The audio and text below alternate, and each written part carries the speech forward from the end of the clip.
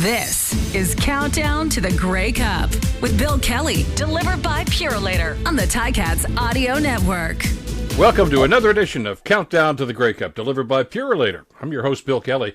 Real thrill. We got a great player interview for you coming up a little bit later on in the show, but we want to talk about some of the events that are going to be happening. I mean, Grey Cup week is a big deal, and as good as the one was a couple of years ago, and I mean, don't forget that was still just at the tail end of COVID, it still turned out to be a great festival and a great week. But I know that the Tiger Cats said at the time, you just wait till 2 years from now. Well, here we are.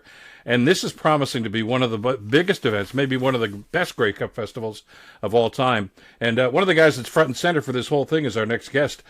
Jonathan Prinsell is a director for the Grey Cup Festival. Great to have you with us. I know how busy you are. I had to yank you away probably from phone calls that you're making these days. Let me first of all ask you, so far so good. You look at the announcements that have been made, the plans that have been made. This is shaping up to be one hell of a week, isn't it? Yeah, I mean, we're very excited of what we've announced so far, and I think there's a lot more that's going to be coming out in a couple of weeks. But Carrie Underwood on Friday nights and Green Day halftime, as well as announcing a bunch of local bands recently. We're very excited for what we're able to show. The people of Hamilton and the people that are coming in from out of market that have potentially never been here before. So we're excited to kind of show off what we can offer.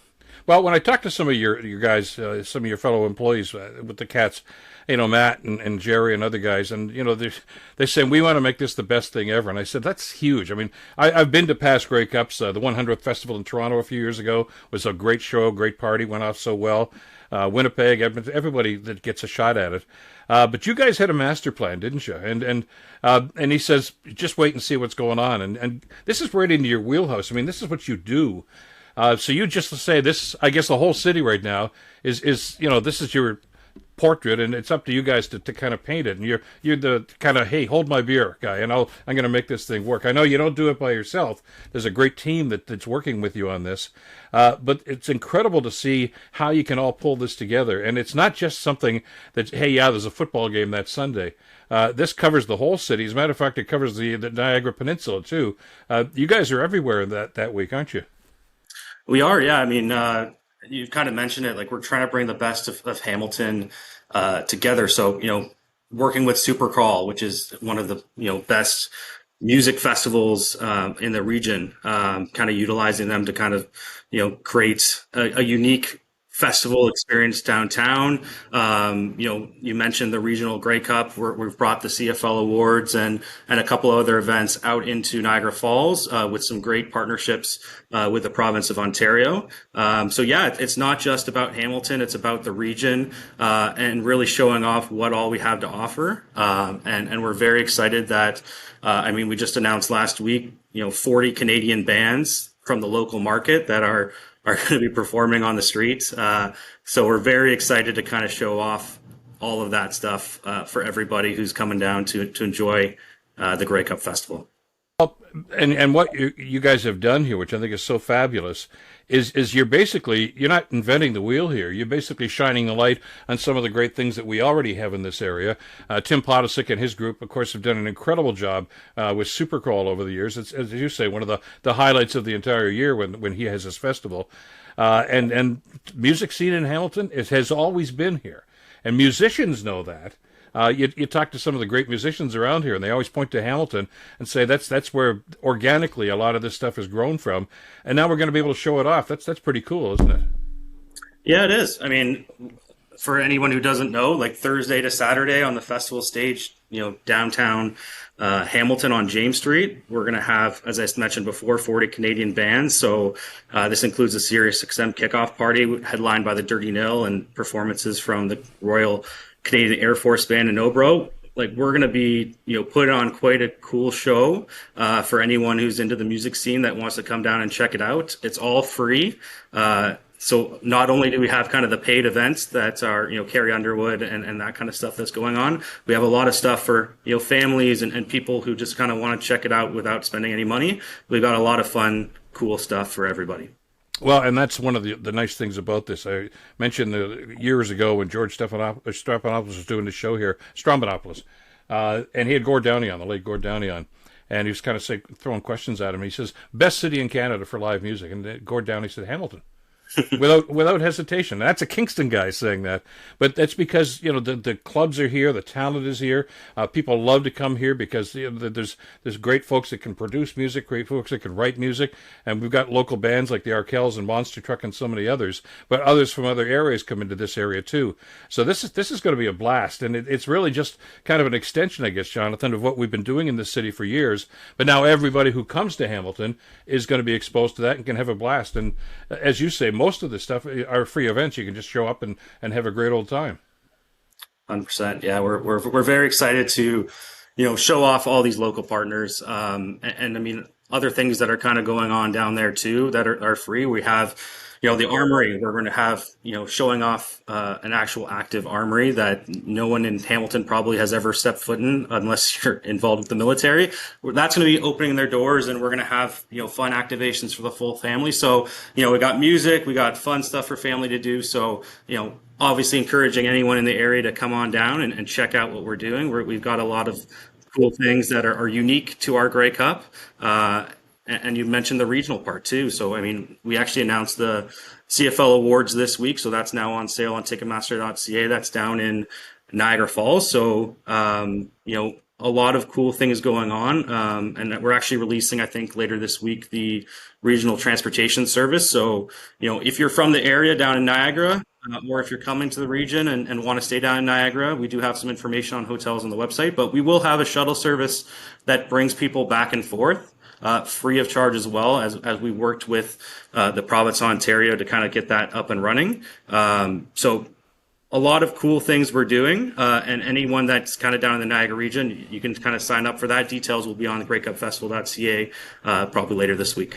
And there's a lot of coordination that has to go on here between levels of government, aren't there? I mean, the municipalities, Niagara, of course, Niagara Falls, Hamilton. And I guess it doesn't hurt that the minister in charge of this whole thing is former Tiger Cat and Argo. Neil Lumsden, of course, is the provincial minister for this. So he knows how important this is, and I'm sure that he's doing what he can to make this thing work. For sure, yeah. We're working closely with Minister Lumsden, as well as kind of his team, as well as people down in Niagara Falls, the Greater Niagara Chamber of Commerce. They're doing a co-event with the Hamilton Chamber of Commerce down in the Niagara Falls region that weekend as well, too. So, yeah, working with a lot of different people to kind of put on some cool things that we're hoping that everybody who comes down will find something that they'll enjoy to do, whether it's music, fun activations, the team parties. There's something for everybody. I may jump. I know we're almost out of time here, and I know you've got to get back to work.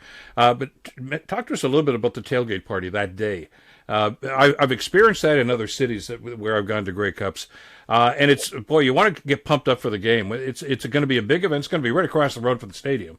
And there's going to be entertainment, there's going to be food, and it's a great way to develop that camaraderie with the people that are probably just going to go across the street and enjoy the game after that. But it's always a big event, and I wanted you to mention it because I don't want people to think at the last minute, I wish we'd known about that. It can be a big part of the day, can't it? 100%. Yeah, we've got a lot going on game day too. Some that's kind of announced and some that's still coming out. But yeah, we do have our indoor kind of tailgate, which we're calling the Caretakers Game Day Warm Up, hosted by the Tiger Town Council. So that is right across the street at Bernie Morelli Center. So pretty much right on the stadium footprint. Tickets are on sale right now on greatcupfestival.ca. So if you're looking for some live music, some drinks, maybe get away from the potential cold weather or hopefully really good weather. We'll see what we have. That is right across the street, as well as within the plaza of the stadium. If you have a game ticket, you can enter, and there's a lot of fun activations and stuff in there too. So if you're looking for something indoors, we got something for you. If you're looking just to kind of get to the game a bit early and have some fun, there'll be music and a lot of fun things to do right there on the stadium footprint. It's going to be a blast. Jonathan, thank you so much for this. As you mentioned, I know more announcements are going to be coming up in the next few days about some of the other entertainment and some of the other venues that are going to be happening. But we want to keep people up to date. And as you just mentioned, greatcupfestival.ca is probably the best place to go to get the latest, isn't it? 100%. Yes, it is. Jonathan Prinsell. Jonathan, continue good luck with what you guys are doing. And thanks so much for spending some time with us today. Thank you very much. Calgary in this 79th edition of the Grey Cup game. There's that pump fake. Dunigan keeps, gets the first down, running to the 50-yard line. Don, I've been watching Matt Dunigan throughout this game on the sidelines, and he's nothing like he usually is. And what I mean by that is he has been in discomfort, obvious discomfort with gusts up to pain, so that makes his effort today truly outstanding. 09 with the clock running and winding down in the third quarter. Dunigan fakes inside, steps up, throws deep for Darryl Smith. He's got a touchdown! Well, if there was any concern about Dunigan's ability to put some zip in the football, he certainly disproved them right there with a 47-yard pass to Darryl K. Smith, and he rifled that one down the seam. Matt Dunigan runs with the ball, and Matt Dunigan is brought down at the 37-yard line. Albert got the Grey Cup wrapped up. He sprints out, and instead of going out of bounds that would let the clock run, what did he do? He put his head down, drove through about 4 different people, and Wayne Gretzky saying, hey, that's my guy, that's my quarterback. Dunigan breaks Danny Barrett's record for passing yards in a single game, 713 yards. He breaks the old record by 112 and shatters his old team record by nearly 250 yards. Hey, glad you're with us here for this edition of Countdown to the Grey Cup, brought to you by Purolator. I'm your host, Bill Kelly. One of the joys, of course, about doing this program as we head up to the Grey Cup in Hamilton in just a few weeks now is talking to some of the all-time Canadian football greats and their memories about Grey Cups. And to that end, we are so happy to have our next guest with us. He is, of course, a member of the Canadian Football Hall of Fame, multiple Grey Cup winner, and one of the all-time greats in this game of all time. You name it. As a matter of fact, the list they talk about the modern era, this guy is on that list. He is, of course, Matt Dunigan. Matt, great to have you on the show. Thanks for joining us today. My pleasure. Just anticipating what blitzes you're going to throw at me, what curveballs, where the pressure's going to come from. I'm tired of taking. I'm not in the mood to take any sacks today. Well, you were always known for quick release, so I think you're going to be fine. Okay, and we're all a little older now, but you've still got that going for you. Yeah. I want to talk about Grey Cup, and we are because you've got some fabulous memories. You made history in a lot of those Grey Cups. But I gotta, as some folks who may be just catching on to the league and some of the all-time greats, a couple of other things that I want to talk about in the league's history. And one of them, of course, and I know this is a cliche, and we all hear sports cliches all the time, Matt. That's a record that will never be broken. And then, all of a sudden it gets broken. But there are two that stand out in me from the CFL. And yours is one of them. And that, of course, is passing yardage. 1994, you were playing for the Bombers at the time. 713 yards passing in one game. Some quarterbacks, that's a season's worth of passing yardage. You did it in one game against the Edmonton Eskimos. Nobody's going to come close to that. I mean, come on. We've seen some great quarterbacks on both sides of the border, but that's going up and down the field over 7 times, Matt. Talk to us about that day and just how things started to click for you. Well, it started way before that day. I had blown out my Achilles the year before in 93, week 16, and we went to the Grey Cup, and we faced the Edmonton Eskimos at the time, and they beat us, I don't know, it was like 33-20. I want to say 33-23, something like that. And, we had 7 turnovers that game. And that stung, obviously, losing the Grey Cup to that football team because we had beat them handily during the regular season twice that year. And their scores like 53-11, 52-12, something like that. It was just, we had their number. And when I'm standing on the sidelines watching our team, which we felt we had their number, lose, it was tough. So, that offseason we trained, and the next time we saw them was that football game you mentioned where we put 713 on them. And we beat them 50-35. We should have had 850, in my opinion. We left some out there. And but it was just kind of like trying to right the ship. It's not going to put a ring on our finger. But at the end of the day, it felt pretty good to say, yeah, and it was important for us to win that time of year because it was early in the football season, and we were off to a kind of inauspicious start, and that kind of set us back on track, and it was a good way to kind of right the ship a bit with the Edmonton Eskimos at the time and say, yeah, things could have been different, should have been different last year, but yeah, it was motivation for a long time, Bill, and that kind of fueled the fire for that football game. What was that as this is happening? I mean, I know you're focused on the game, and number one job is to win. I get that, but the rhythm that you establish, you're in a groove. I mean, you were a pretty good baseball player in your time too, and we all talk about ball players that are in a groove. The 20-game hitting streaks and things like that. We had kind of like just on it. No matter what were you going to throw, it was going to get caught. I mean, and you've told me in the past. I know that quarterbacks' records are a team record because somebody's got to block, somebody's got to catch, etc. But it just seemed that everything worked for you that day. Well, you go back to the year before, and I keep referencing that because so much of what football is tendencies and what teams are capable of doing, what they like to do, what they're going to do, recognizing it and making adjustments. And so we had destroyed them with our inside slot receivers twice in 1993, and just some gaudy numbers with Gerald Wilcox and Gerald Elfin, and they weren't going to allow that to happen to us in 1994, and so they tried to take those guys away. So I just started feeding the football to David Williams and Alfred Jackson, and those guys went off. And so it was just a bit of a strategy game, and they tried to take one thing away when we went to another, and that was kind of our mindset. And I just kept feeding AJ and David, and it was pretty much pitch and catch because those guys, it was like, okay, you want me to throw the heater? I'll throw the heater, and it's like, and you set them down. And AJ and David were setting them down. Everything I threw their way, they were catching. And it was just, okay. And Edmonton really never got out of the mindset of trying to take our slots away. And so we just kept feeding it outside.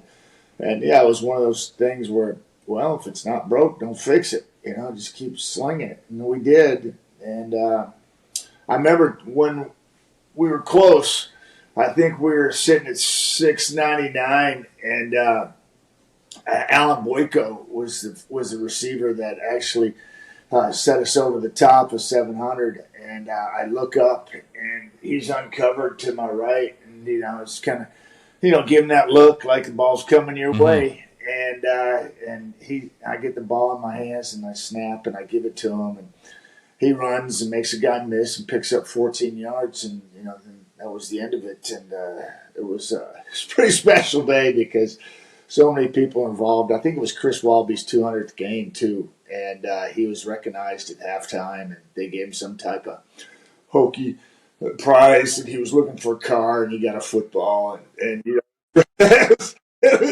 was one of those things where typical Walby, he takes that and expands upon it. Says, yeah, I had to stencil the lettering back on myself and glue it, and it still sits on my shelf. It's not the vehicle he was looking for, but I think Louis Pasaglia had broken some record and gotten a vehicle from the Lions, and so he's thinking for his 200, he's going to get a nice car or something, and he got him a football. And that was happening at halftime. Walby's like, son of a gun, now you got to go off and go for 700 plus. And, it's like they don't even think about me. But, yeah, it was a team effort in our defense. Damon Allen was on this side of that. And, we all love Damon, 23 years and what he was able to do in the league. And he made it close. And so, obviously, in those type of football games, and I've seen many since then, is you got to continue, you play the game accordingly. And they'd kind of made a late push at the half. And then we came out still aggressive, and then they started scoring, and it kept it close. And so our mentality was we can't let up off the gas pedal. And oftentimes in games you see people, they just shut it down, and so the game doesn't really play out, and it's not conducive to continue to be aggressive. We had to be, and we felt like, and it's just one of those nights. Well, it's one of the great nights in Canadian football history. By the way, just FYI, one of the other ones was, of course, Joe Zuger in 1962, 8 touchdown passes in one game. You don't see that every day either. And no, you don't. Those are special nights, and something's clicking. Something's not right defensively, or something's right offensively, and you just keep wearing it out. And oftentimes, as an offensive coordinator, as a head coach, as a quarterback, you can start seeing ghosts and not continue to wear something out that's there. and says, I can't be there. I'm going somewhere else. And then you lose the magic.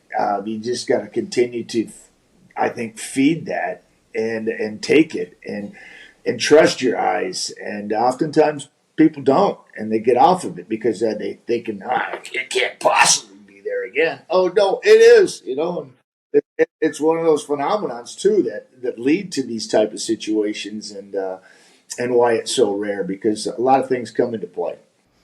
There's a lot going on with Grey Cup records and Grey Cup history, too, and you were a big part of that, of course. 5 Grey Cups. I mean, you won a couple of them. It just seemed to be almost part of your career. And we know some guys, of course, that have played in the league for a long, long time, have never even made it to a Grey Cup. But, the old idea about good luck is a result of hard work and effort in situations like this. You surrounded yourself with some pretty good teams of it, but you always seem to have that extra push. And the one that I think stands out for a lot of football fans here, Matt, of course, is that, the Toronto game, of course, the 1991 team. That was a special year for Canadian football, and you were a part of that with the Argos. A brand new ownership group, a celebrity ownership group, of course, and a real push in Toronto to make the Argos, the number one sports team in that city, which has always been a struggle. And I know you guys have talked about that on the panel on TSN for the longest time, too.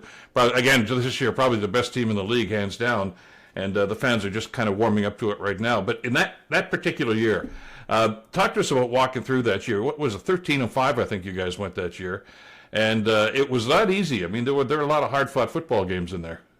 Yeah.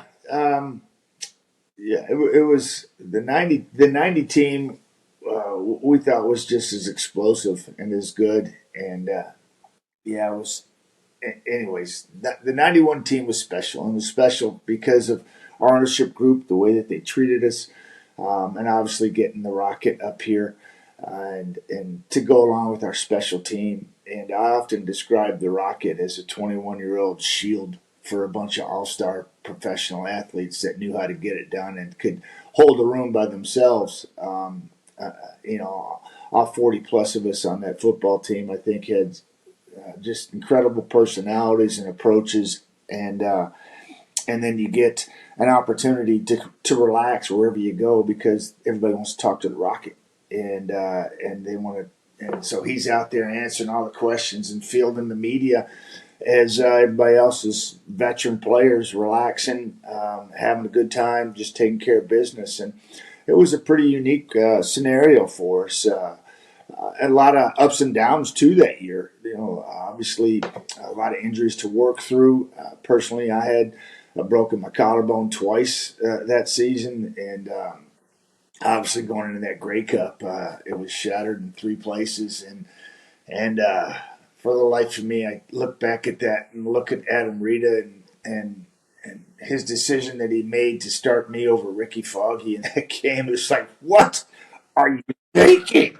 It's like Ricky is like the best backup quarterback in the history of the CFL and can light it up with the best of them. And you go with me, but it was one of those scenarios that I think it was destiny for this football team. We had so many guys that were duct taped and injured together, which is often the case that time of year.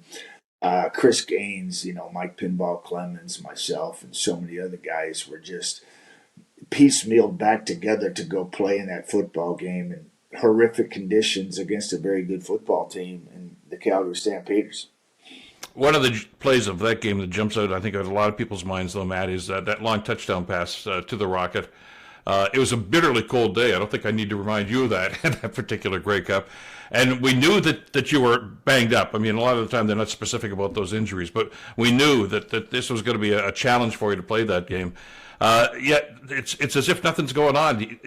Do you blank it out? I mean, there's some pain, there's some discomfort there. Your body is probably saying, "Go and sit down, Matt. You shouldn't be doing this." But you just overcome that. Well, it wasn't mind over matter. It was drugs over matter. Yeah, it was Zalocaine, Marcaine, and syringe and adrenaline a couple of times before and during the game and halftime. It's just there was no getting around that without medicine. So, Yeah, I threw a touchdown pass that game to DK Smith, may he rest in peace. That's what, yeah. And I didn't even want to call that play. I was, we weren't very good that day offensively. We weren't. We had 9 first downs. 9 first downs in a Grey Cup game, and we win 36-21. As defense, it's Ed Berry interception, take it back. It's Roggins kickoff return, take it back, and I threw a couple touchdown passes, and then Chomik adds a couple field goals, and it's a ball game. But we weren't very good offensively, and so I had a hard time, keeping my eyes focused on the defense, let alone having to turn and fake and take my eyes off the defense and relocate, get my eyes right again. And Adam called timeout and called me over and says, "Look, you don't run this football play. I'm sending Foggy in." And I'm going, "Oh, okay."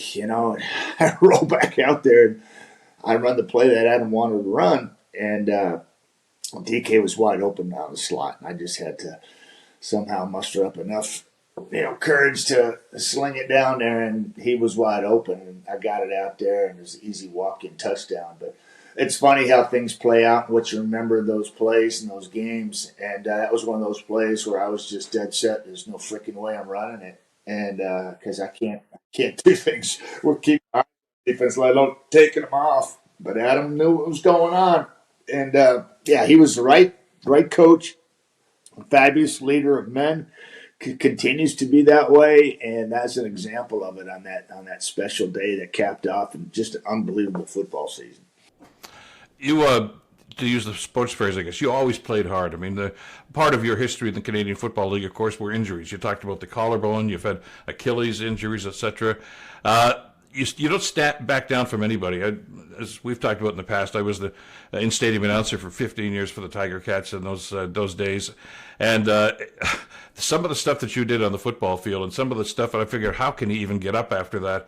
But you just came through like that. And it's part of the game. I know injuries are part of the game. And you mentioned even that Grey Cup. I mean, pinball was banged up and everybody else gets by that time of the year. But you always played hard. And we've seen athletes in the past, Matt, and I know you guys talk about this again on the panel. Somebody gets injured, they miss a couple of games, and there's a little party that says, okay, is he still going to have what it takes? Or is he going to play shy because he doesn't want to get hurt again? I've never seen you play a down of football where you backed off and thought, okay, I don't want to get banged up again.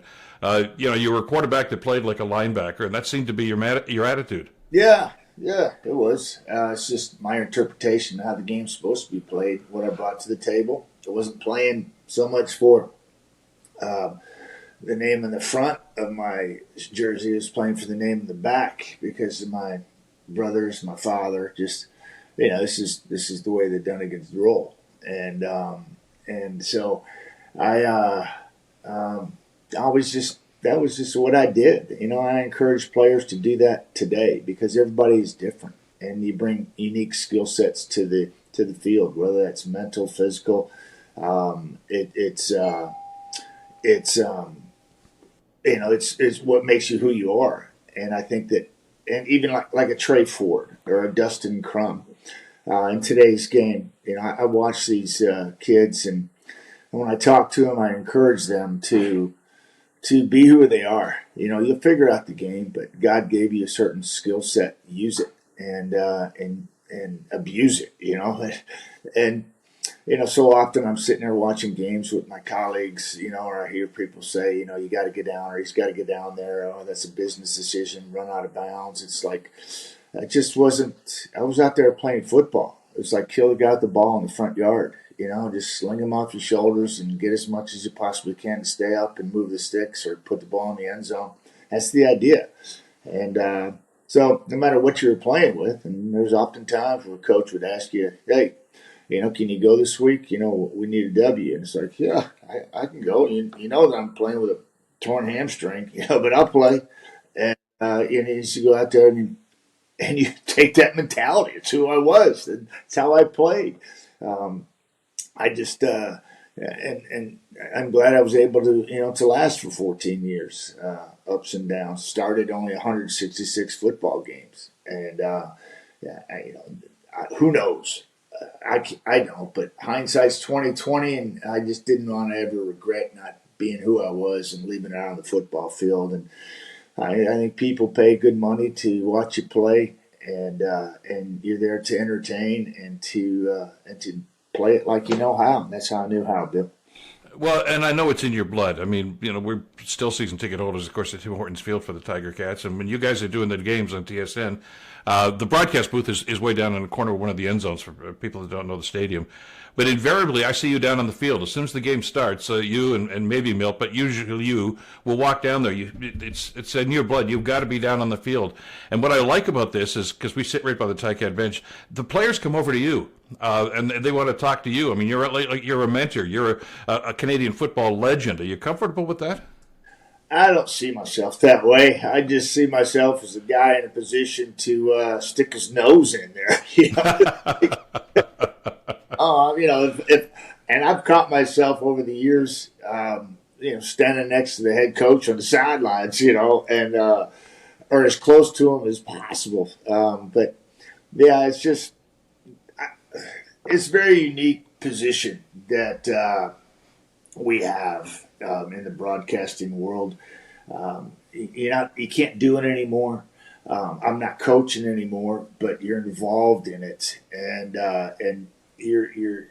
it's tangible. You can talk to the players during and after the ball game. Sometimes, before and after the ball game. Sometimes during, as you alluded to, but. And to me, that's incredible. You get to talk to them on Zoom calls, when you're doing a game and calling a game, and I absolutely love that aspect of it because you're able to talk about it and interpret things and tell people how you're seeing it. And the unique aspect of that, Bill, to me is the players and coaches, they write the story. We simply tell it. And to me, that's a really cool thing. And then you can not embellish, but you can put your own flavor on what they're writing and tell that story. And it's a pretty unique position to be in. And to being down on the field is one of those opportunities where if you don't take full advantage of it and talk to those guys, then you're missing out. Well, it's like that old commercial, the investor thing, when so-and-so speaks, everybody listens. Well, when Matt Dunigan speaks football, people listen. Matt, pleasure having you on the show today. Thanks so much for this. Continued good luck in your broadcasting career, and stay healthy. It's great to talk with you again. Yeah, absolutely, Bill. Anytime, okay? We'll see you. Take care.